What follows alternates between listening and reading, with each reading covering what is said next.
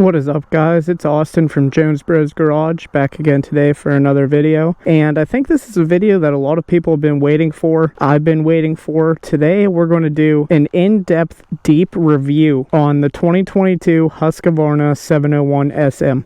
So I really wanted to wait until after my first service to do a review on this bike so I could get a good feel for it, because I want to go in depth and really cover everything about the bike, my opinions on it, the bad, the good, basically everything that you're going to need to know out of a review for this bike. I've watched other reviews on this bike on YouTube when I was waiting for mine to arrive from the factory, and some people have made really good reviews on this bike. Most of the better ones, honestly, were from Europe, I think Britain mainly, but there were some good US based reviews of this bike as well. I really just wanted to make sure that I could post the most comprehensive review possible. Seems like every review you get bits and pieces and you have to kind of put them together. I want to give you guys everything you need to know all in one place about this bike, and then after that we'll go ahead and get on the bike and go for a ride, and I'll talk about some of my personal opinions on it, how the bike feels and everything. So starting out, I mentioned that I watched some reviews of the British version of this bike. Some of the things on this bike are like almost mythical, you know, because I watched some reviews where they have a tachometer, some of them they don't. People have told me that my bike is not a 2022 and I'm lying because I don't have a gear indicator, which is pretty hilarious because obviously I bought the bike new and I had to order it, so I'm pretty positive it's a 2022. But the reason that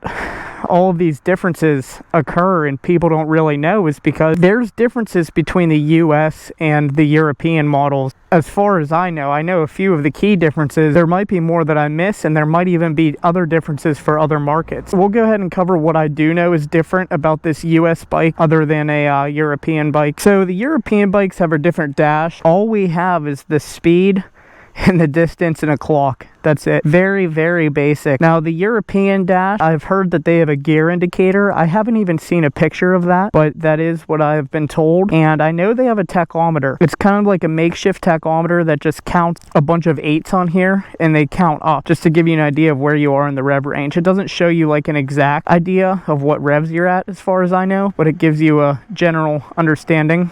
There's no fuel gauge. I don't believe there is on the European models either. The tuning is slightly different.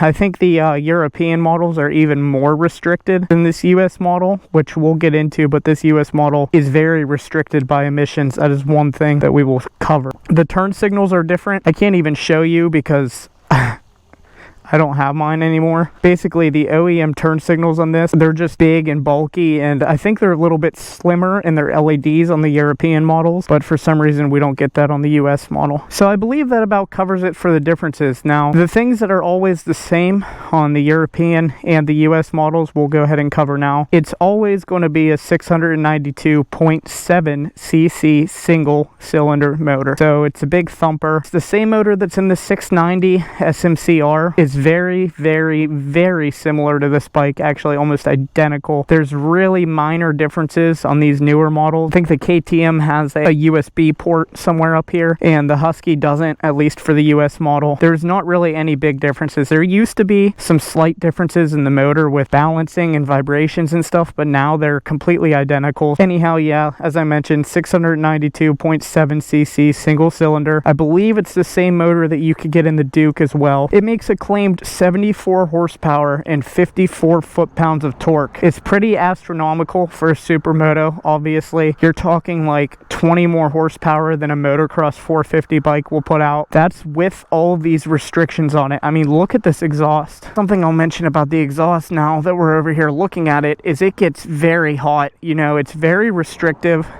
It has a huge catalytic converter in it. It stays hot for a very long time. This bike runs really lean and needs to be richened up a little bit. I'll be doing that. Obviously, I'll be adding an exhaust and intake and tune and everything, so that'll all be fixed. But this bike has a lot of locked potential in it. And straight from the factory, don't get me wrong, this bike is wickedly fast. So you're talking about a wet weight of 344 pounds. Honestly, it doesn't feel it.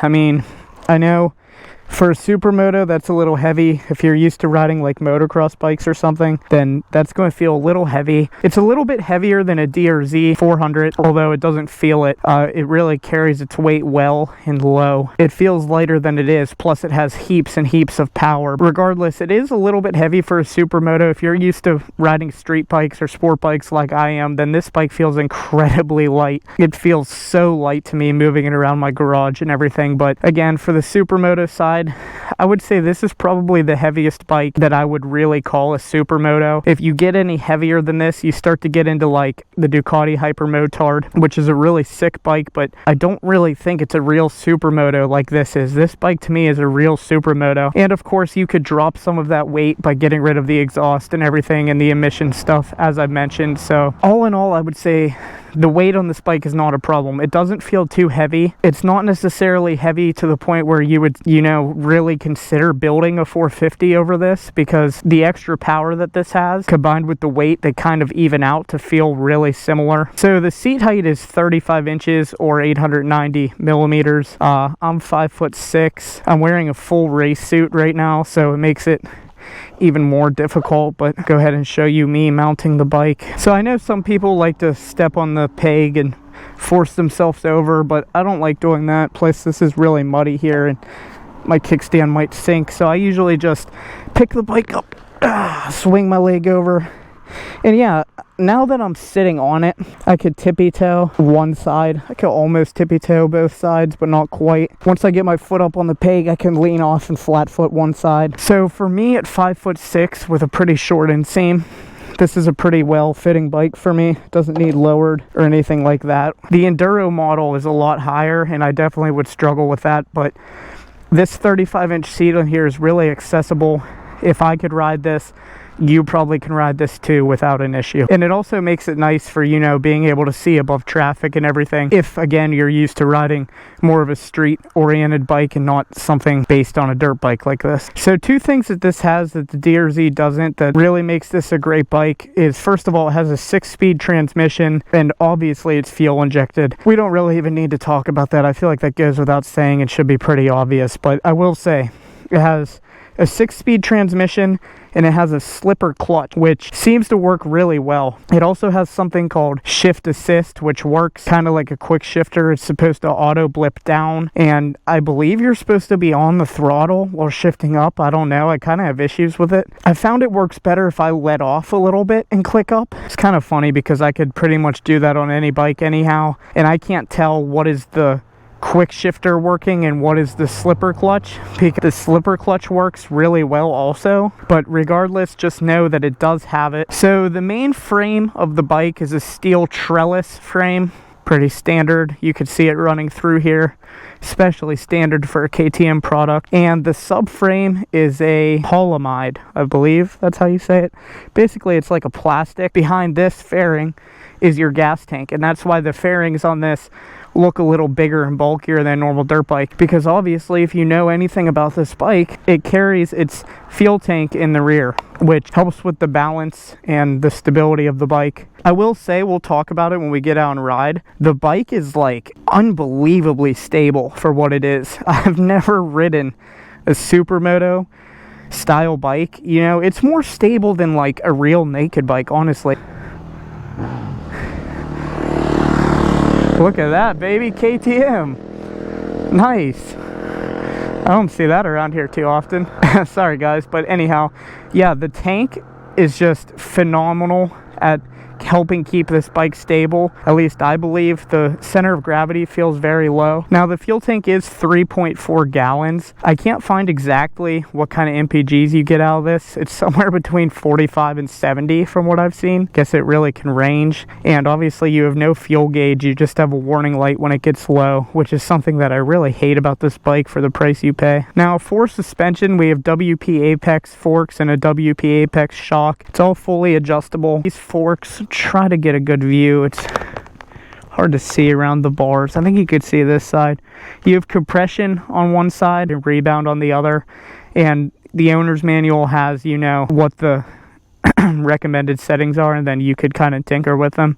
I have mine set kind of between standard and sport because I found the sport to be a little too stiff, and the standard was close to where I wanted, but I wanted it a little bit stiffer, so I'm like 12 clicks on each of these, which is right between. And then on the rear shock, you have a bunch of adjustability too. It's kind of hard to see. It's like tucked up in here. Then there's one down by the chain, and it's also a WP Apex system. I also have this set between standard and sport, and it seems to work really well. Now for the brakes on this bike, it's actually sickening how good these are, especially the front. Actually, you know what, not even, especially the rear, I'd say. We have a 320 millimeter fixed setup up front with a 4-piston Brembo. And then in the rear, we have a 240 millimeter floating disc setup with a 1-piston Brembo. These brakes feel absolutely phenomenal. This probably is one of the best feeling rear brakes I've ever felt on any bike that I've ever been on. And it's surprising because I come from a street bike background, so I'm used to seeing dual discs on the front, but this bike really does not need it. These front brakes feel so powerful just with the single disc and the 4-piston Brembo. Obviously, I'm aware of the clutch slave cylinders. I know on every year of these 701s and 690s, they tend to have the clutch slave cylinder go out. Apparently for 2022, that is finally fixed. I haven't had an issue with mine yet, and I'm going to go ahead and keep it stock so that I can let you guys know what happens with it. If you have like a 21 or earlier in one of these bikes, you want to change the clutch slave cylinder to a Recluse or Oberon or whatever brand as quickly as possible, because they do tend to go out and they can leave you stranded, which is, I mean, it sucks. So as for the rubber that comes standard on this bike, you have Conti Attack SM Evo Supermoto tires. You have a 120/70 up front and a 160/60 in the rear. As I mentioned, with the bike feeling really stable, the suspension feels really dialed in. These tires kind of just bring it all together. They're insanely grippy. They do okay in the wet, you know, not great. Pretty much horrible for off-road. If you're going to do any type of off-roading on this bike, you're going to want to switch to more of an ADV tire. But for pure asphalt and maybe even some track days, these tires are just insanely grippy, like disgustingly grippy. So talking about some of the technology on this bike, other than the shift assist or quick shifter, you have 2-channel Bosch ABS. And it honestly, as far as I've seen so far and have felt, is a really great system. It has 3 modes. It has on, which is both wheels have ABS. And then it has off. You could just totally disable the entire ABS. And then we'll go into this bike having power modes. And when you're in power mode 2, the ABS is set to Supermoto ABS. So it will have some ABS on the front, but none at the rear. So you could back this bike into corners and everything and not worry about your ABS kicking on in the rear, but then you still have a little bit of protection up front. And I will add that this ABS is lean sensitive. I haven't found like if this has like a gyro or anything in it, or an IMU, like Ducati has like a 6-axis IMU. I'm not really sure how it works, but this ABS is also lean sensitive like you would find on a higher end Ducati or Superbike. Then obviously the traction control, you could turn it on or off. Obviously, I feel like this should be pretty obvious, and I'll show you guys how this all works. Basically, down here you have your map switch. You just hold it for, I don't even know, a few seconds, I guess. I never really change it. Up here is your traction control. You have to ride for a little bit, let all the sensors on the bike kind of adjust, and then I believe you have to not be giving the bike throttle, and you have to hold this in for exactly 5 seconds, and then this TC light will light up showing that your traction control is off. And then up here, this little triangle is your ABS button, and that's what you would use to fully disable your ABS. Now, when you're in rider mode 2, which is the high power mode for this bike, you're automatically going to have Supermoto ABS, so the rear won't have any, and then 1 doesn't do anything to your ABS, and that's the low power mode. I basically always ride in 2. You'll find it really restrictive and hard to get the wheel up in 1, and it likes to cut power. So yeah, I basically keep mine in 2, but that's all of the settings that you could play with here on the dash. And then obviously your brake and clutch levers are adjustable to where you want them. I have mine set to where I like them. You have a Brembo unit over here for your brake, and then you have a Magura for your clutch lever. And if you do happen to be in Europe or a country with license restrictions, this bike can be A2 license compliant, and they just download a more restrictive map onto it. So you can have this bike with an A2 license or permit. So this bike on Husqvarna's website, it says it's 11,990 euros. And I know here in the US it's 12,500 USD, which is interesting because when you do the conversion, that only converts to 11,700. So basically the bike right now, because of the way the dollar and the euro are going, is cheaper in Europe. Obviously the bike is from Europe, so that probably was destined to be the case anyhow because they have to import it here and everything. But regardless, this is a pretty expensive bike. $12,500 for a supermoto like this. It's very expensive. I honestly don't believe this has any competition. If you buy this, there's no other supermoto that you really would be considering. I mean, you could get a couple DRZs for this. You could get a DRZ and a KLX 300 for this. Or you could jump up to the Ducati Hypermotard. Perhaps that could be competition to this. But again, I don't really consider that to be a true supermoto. It's a little too heavy. It's a little bit more like, you know, a sport bike or a classic naked bike disguised as a supermoto, which isn't a bad thing. That's a great bike, but I just don't think it's really like this. The only real competition for this bike probably would be building your own 450 motocross bike into a supermoto. And we're going to go ahead, hop on and ride this, and I'm going to talk about why I don't think that that's worth it over just buying this. So we're on the road on the 701sm. Oh man, this bike is a blast. This is a perfect day to ride a bike like this too, you know. Chilly fall day. I could wear my race suit. I got a jersey over it and it's perfect temperature. I'm nice and comfy. I'm not hot. Yeah, that's not really the point of this video though, is it? The point of this video is talking about this bike. So my first impressions right now and the first time I rode this bike are stunned by the stability and the power that this bike has. And we will go ahead and hop on the highway to show you, but whew, just everything.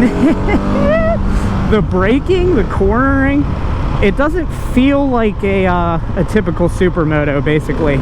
Like if you were going to build a 450 to this level, you have to consider the fact that you're going to have to add the brakes, upgrade your suspension. It's not as simple as just taking a powerful motocross bike and slapping some street tires on it. This has more to it than that. Oh man. Okay guys, I think this is a good time now. We've been riding for a little bit. I'm going to try to disable my traction control. You guys can see. Yeah, there we go. It's off. So, as far as power, I know people say this will power wheelie in the first 3 gears. Honestly, I struggle with that, to be real with you. So, this is first gear. Oh yeah. It'll pull the wheel up really, really easily in first gear, off power alone. Which is to be expected, but I really struggle to do that in second. You know, you have to pull on the bars. And I think a big part of why that is because of the gearing and emissions. So the difference that I feel between this and like a 450 motocross bike is that this obviously is less raw and it loses a lot of its snap, if that makes sense. Like it's not as like rip your head off the second you touch the throttle. And part of that is aided in the fact that this bike is just so much more stable that you don't feel like you're going as fast as you are. Mainly it's because of the gearing and the emissions. So this bike will do like 130 miles per hour or so, and it does it pretty easily. So it has very long gearing for a bike like this. Obviously the emissions are horrible. I have a fueling dongle on here, which is supposed to help with the low end, and it really does. It basically just gets rid of the O2 sensor and then tricks the check engine light, but it works pretty damn well. Yeah, baby. And these are second gear clutch ups, and I can't wheelie very well, so it is very easy to clutch up in second and in third. As I mentioned, I think when you change the gearing, get rid of the emissions, you're going to be looking at a bike that's a lot more violent than a 450, and will probably power wheelie up into 4th, honestly, depending on the gearing you go for.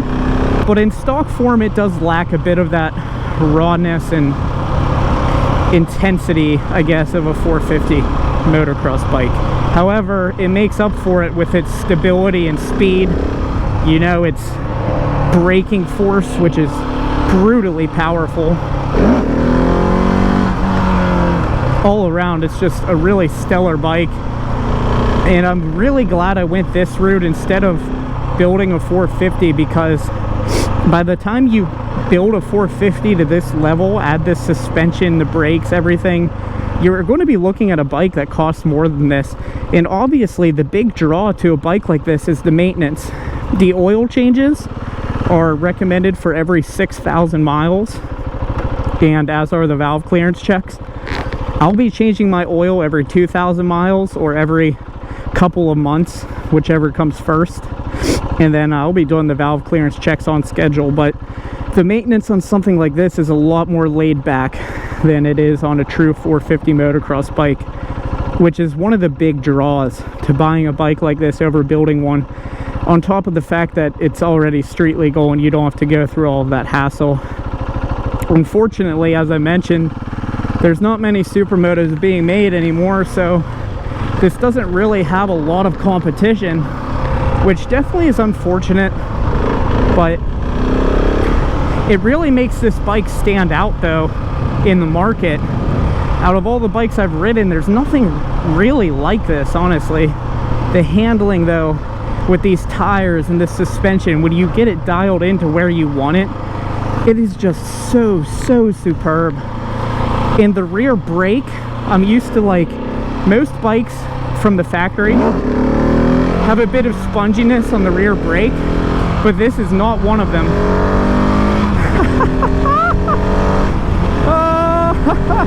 And this bike is fast. On my way home, from the dealership, I ended up hitting 120, and I didn't believe it, you know. I thought maybe there was something wrong with the dash, because I just can't believe how quick this bike is here on the highway. And the wind is not that bad, honestly. As I mentioned, the bike is extremely stable. I mean, we're here at 70 miles per hour. These bars are not moving. There is no head. It's hard to even induce head shake into this bike with how it's set up right now. And it doesn't have a steering dampener or anything. I think it's really just the way the bike is balanced. Even going up into the you know, 90 mile per hour, 95, it still feels so stable. It feels more stable than like a lot of real naked bikes I've ridden, which is hilarious and really says something about the stability on this bike. Yeah, the wind isn't too bad. I mean, it's a supermoto, so of course you're going to feel it, but it's not horrible. It's definitely not as bad as my WR250R or a WR250X would be. And this is where a bike like this really shines, because a motocross bike or a DRZ can do most everything that this bike can, you know. Maybe a little bit worse. Like, this bike might be a little bit better for backing it into corners and whatnot, but they all can do it. But the real difference is here. When you get on the freeway, this bike just so strongly outshines any other supermoto. And I can imagine, once I'm done with my tuning and everything, in combination with gearing it down, this thing is just going to rip to 90 miles per hour. So you really could handle highway without any issue at all. It's barely an inconvenience, which is something that you can't say about a lot of other supermotos. Oh man, are these brakes powerful. Sometimes I like to just get on them a little heavy just to remind myself. But as I was saying, most brakes from the factory, rear brakes, tend to be a tad bit spongy. Not these. These rear brakes have a really good response. I just am shocked by this rear brake every time I ride it. And of course it's really good for wheelies too, because you just have really great control. But yeah, I mean, basically that's pretty much it for the most part. This bike is just very brutal. I really think you should consider this over a 450 if you're looking at a high budget build. I mean, obviously I understand that this bike is expensive. If you're looking at buying this bike, you can pretty much afford any supermoto you want. I would not look anywhere else but here if you are considering this. If supermoto is really what you want, of course. Of course, something like the Ducati Hyper Motard might be a little better if you want more of a sport bike feel, but for a real, honest to God supermoto, I would not look anywhere but here. Man, it sounds pretty good too. Oh, it is just stupidly powerful. You know, something I forgot to mention on the highway is the lack of gear indicator and tachometer really grinds my gears. They could say whatever they want about this being a hardcore supermoto, it's track focused, yada yada, whatever. Manufacturers say stuff like that all the time. The real truth is it's laziness and cost cutting. Husqvarna doesn't often add tachometers to their bikes, KTM for that matter, because, well, I mean, I don't know, I guess I'm wrong there. They really do, because they do have quite a selection of street bikes. So my point is, there's really no excuse other than cost cutting and laziness as to why this bike doesn't have a gear indicator or a tach. And the gear indicator situation I find very troublesome on the highway, because sometimes you forget you're in 6th gear and you go to click up, which is just such a horrible feeling, really.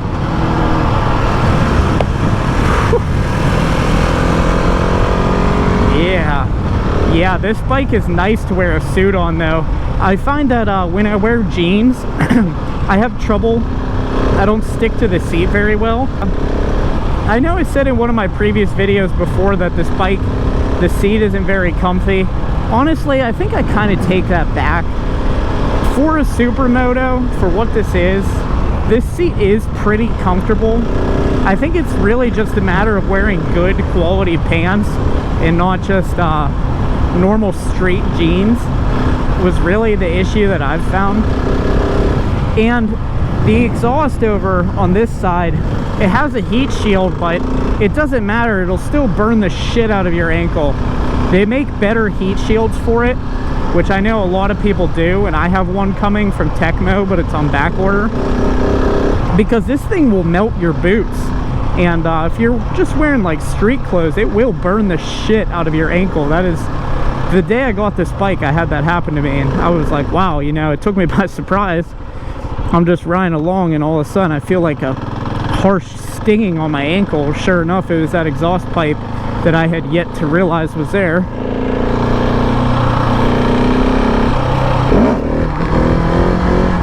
Woohoo! Yeah, and I mean, you guys have been watching me pull these wheelies, and I will say I do not know how to wheelie. This bike will make you wheelie. This bike, it'll make you break some laws, which is primarily why I got it. I made a whole video about that because I wanted to still be able to have fun, but at a lower speed than I typically would be on my sport bikes.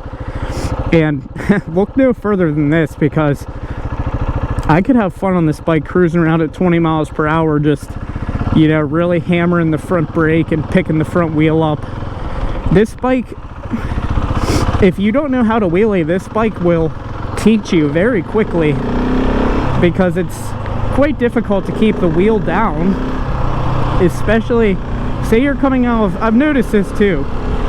So while I said it's a little bit challenging to power wheelie in its stock form in like 2nd and 3rd gear, you do feel the front end of the bike getting light, however. So if you're coming out of the apex of a turn and you really hammer on the gas, that front end really starts to get light very quickly, which is something that you definitely want to be aware of if you're going to push this bike hard. Test out the brakes. Oh man, I mean, that's not even a challenge. It was 70 to 0. I had plenty more room. Yeah, these brakes are just ridiculous. You could see the acceleration there. This bike, it doesn't feel like a supermoto should be allowed to be this powerful. Because, I mean, it feels very supermoto-y. Feels very light, but the power is just ridiculous. Like, you don't even realize how fast you're going on this bike because it feels so stable. And that's my general sentiment. That's pretty much all I have to say for this video. I hope you guys enjoyed. I really love this bike. If you have any questions about it, or, you know, have any opinions on it, go ahead and leave a comment. I'll be sure to answer it. I'm happy I was finally able to do this video because I've been waiting for this first service. I hope I covered everything that you guys would want to know. Basically, this bike is just ridiculously stable. However, the emissions hold it back. The gearing is probably a bit too tall. All in all, I would say it's my favorite bike I've ever owned, bar none, without a doubt. So, if you guys enjoyed this video, be sure to like, subscribe. It's the best way you could support me. I appreciate you guys for checking out my video.